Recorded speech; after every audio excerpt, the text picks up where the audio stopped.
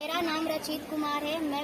मैं वर्ग 6 में पढ़ता हूँ। मैं मध्य विद्यालय हाजीपुर का छात्र हूँ।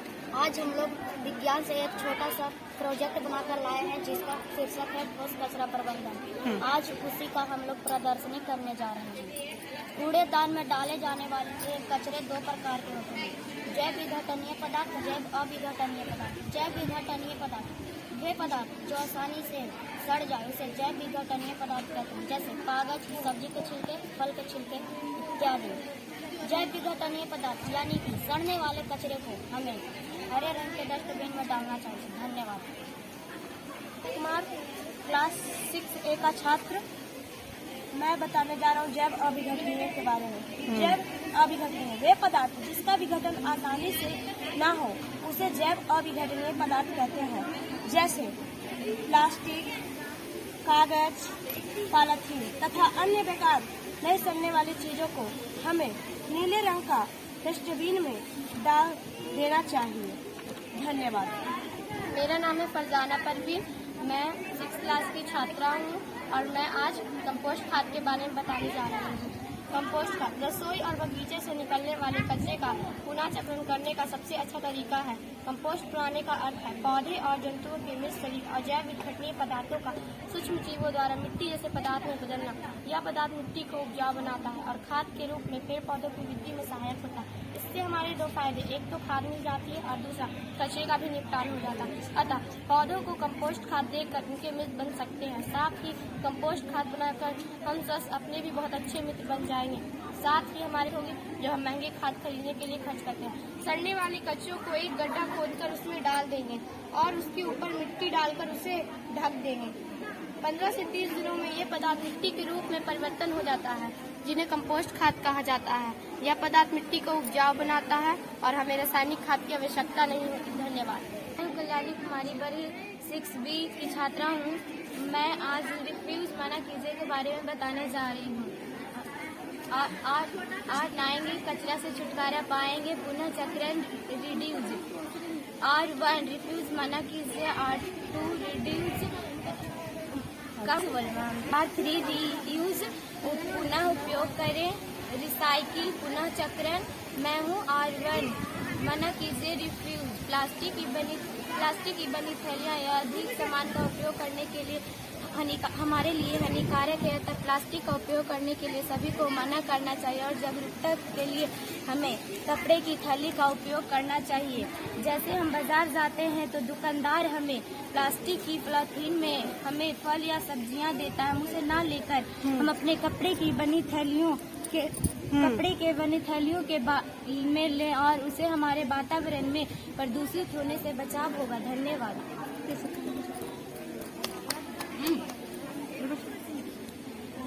मैं ज्योति कुमार क्लास 6B की छात्रा हूँ। मैं हूँ R2 यानी रिड्यूज, उपयोग कम करें। हम बहुत सी ऐसी चीजें इस्तेमाल करते हैं जिसके बिना काम चलाया जा सकता है, यानी जो बहुत जरूरी नहीं होते हैं। जैसे जैसे हम अपनी जरूरतें बढ़ाते हैं वैसे वैसे कचरा भी बढ़ा चला जाता है। जैसे दुकान में कपड़े खरीदने पर दुकानदार उसे एक अलग थैली में देते हैं। जब हम पहनने के लिए थैली निकालते हैं तब दोनों थैलियों को फेंक देते हैं। कपड़े के फंस जाने के कई साल बाद भी ये दोनों थैलियों कचरा का हिस्सा बना रहता है। हमें ऐसी चीजें चुने जो पर्यावरण के लिए कम हानिकारक है। जैसे हमें बाजार जाते हैं तो दुकानदार ये प्लास्टिक का थैली हमें देता है। हमें दुकानदार को मना करना चाहिए कि हमें ये कागज का थैली लेना चाहिए या हमें घर से बना थैली लेके जाना चाहिए। जैसे में हमें एक थर्माकोल का कटोरी हमें यूज नहीं करना चाहिए। इसके बदले हमें पत्ते का यूज करना चाहिए और इसके बदले हमें या लकड़ी का कटोरी यूज करना चाहिए। और हमें ये प्लास्टिक का गिलास हमें यूज नहीं करना चाहिए। इसके बदले हमें कागज का यूज करना चाहिए। इसके बदले या कांच का गिलास यूज करना चाहिए। हमें थर्माकोल का पत्ता नहीं यूज करना चाहिए। हमें इसके बदले हमें पत्तल यूज करना चाहिए। धन्यवाद। मेरा नाम है गुलाबजा परवीन। मैं 6B की छात्र हूँ। मैं R3 कुछ कचरा ऐसा होता है जिसका पुनः उपयोग किया जा सकता है।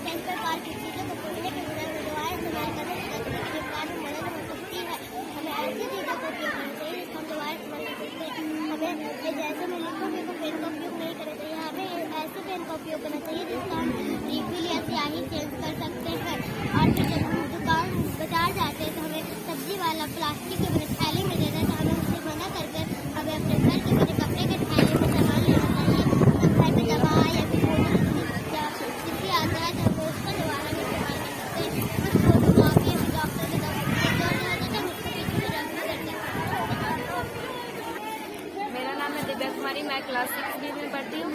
मैं हूँ R4D साइकिल यानी पुनः चक्र। हमने कबाड़ी वाले को देखा है कि घर से पुराने अखबार, शीशी, प्लास्टिक और धातु से बनी टूटी फूटी बेकार चीजें बेचता है। उन चीजों को ले जाकर बेचता है। कारखाने में कुछ नई प्रक्रिया द्वारा उसे निरूपित करके एक नया रूप दिया जाता है। हमें ऐसी चीजें इस्तेमाल करें जो पुनः चक्र से बनी हो। हमें ऐसी चीजें इस्तेमाल करें जो पुनः चक्र से बनाई गई, जैसे पुनः चक्र द्वारा बनाया गया कागज, प्लास्टिक, लोहा इत्यादि। धन्यवाद। रिसाइकिल कर साइकिल हो सकता है, इसका रिसाइकिल हो सकता है, कांच का कांच ऐसे का बोलोगे तब ना, कांच कांच हो का, सकता है, कागज के कप का, प्लास्टिक का रिसाइकिल हो सकता है, कागज रिसाइकिल होता है, प्लास्टिक का कुछ नहीं रिसाइकिल हो सकता है। मेरा नाम है अंचल कुमारी, मैं क्लास 6B का छात्र हूँ। अंचल कुमारी, मैं क्लास 6B में पढ़ती हूँ। मैं कबाड़ी वाला हूँ। मुझको जो घर से सामान मिलता है मैं कारखाने में देता हूँ। कारखाने में उस सामान को नया रूप दिया जाता है। धन्यवाद। गाड़ी वाला आया घर से कचरा निकाल, गाड़ी वाला आया घर से कचरा निकाल, गाड़ी वाला आया घर से कचरा निकाल। चलो तो मैम दिखाएं हमको।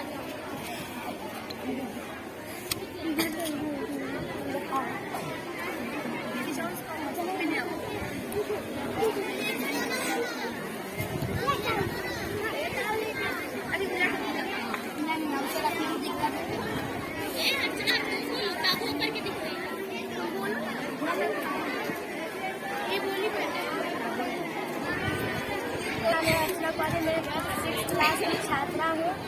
मैं एक छोटा सा प्रोजेक्ट बनाई हूँ। हमें कारखाना टूटे फूटे बेकार सामान जो आसानी से बिक्री नहीं हो पाते उन्हें कारखाने में डालकर उनसे नया सामान बनाया जा सकता है। जैसे मेरा नाम है मुशर्रफ करीम, मैं क्लास 6 की छात्रा हूँ। जैसे इसने बताया कारखाने के बारे में, मैं जैसे मैं बताने जा रही हूँ। कांच रिसाइकिल करके हम एक नया कांच का शीशी बना सकते हैं। टूटे हुए कांच बोतल के रिसाइकिल कर सकते हैं। रिसाइकिल करके हम इसे नया बना सकते हैं। कागज के गिलास को भी हम रिसाइकिल कर सकते हैं, उसे भी नया बना सकते हैं। इसी तरह कोई प्लास्टिक की चीज को हम रिसाइकिल करके इसे हम नए तरीके